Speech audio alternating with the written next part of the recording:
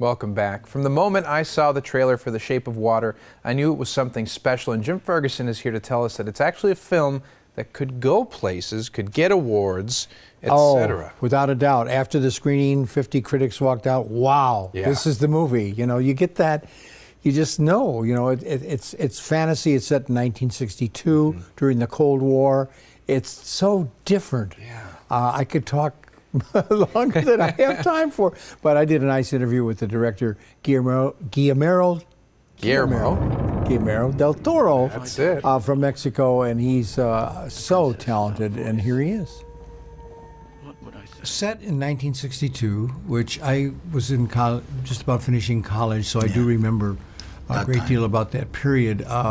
The space chase with Russia, spies, secrecy, fear of the unknown. Would you agree? Perfect setting for The Shape of Water. Yeah, because it's now at the same time.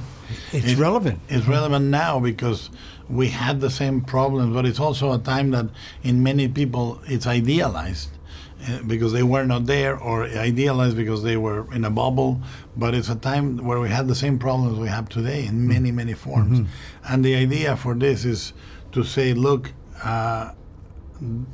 what separates us is artificial. What makes us recognize each other, love each other, doesn't need words, doesn't need ideologies. It just happens. And it's a beautiful fairy tale for troubled times. I love the open of the scene.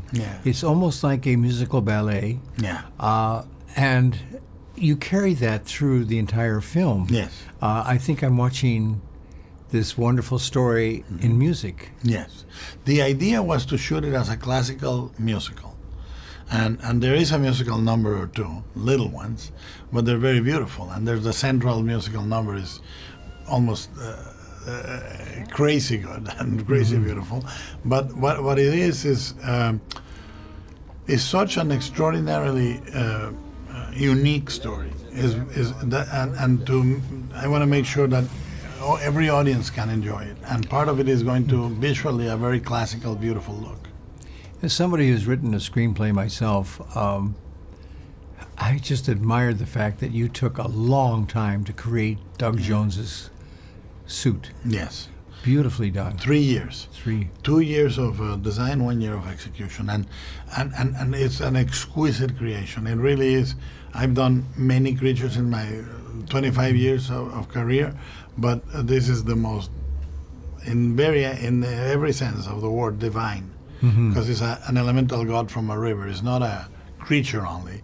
It really has to look majestic and divine and almost like a god, you know? Yeah, you know, there's sci-fi, and then I think there's sci-fi done with class, and I think that's what this is. Yes, and this is more fantasy, I'd call it, than sci-fi. Fantasy. But you may have just seen an interview with the Best Director of the Year award. You know, speaking of awards, you know, and on Friday we have two together. Doug Jones, the man in the suit, the amphibian man, who's unbelievable, and Richard Jenkins, who the buzz is he's going to win Best Supporting Actor. You know, so all from The Shape of Water. All from this film. Did you ever hold water? I mean, it's The Shape of Water. The Shape of Water, right. Maybe it's Jell-O.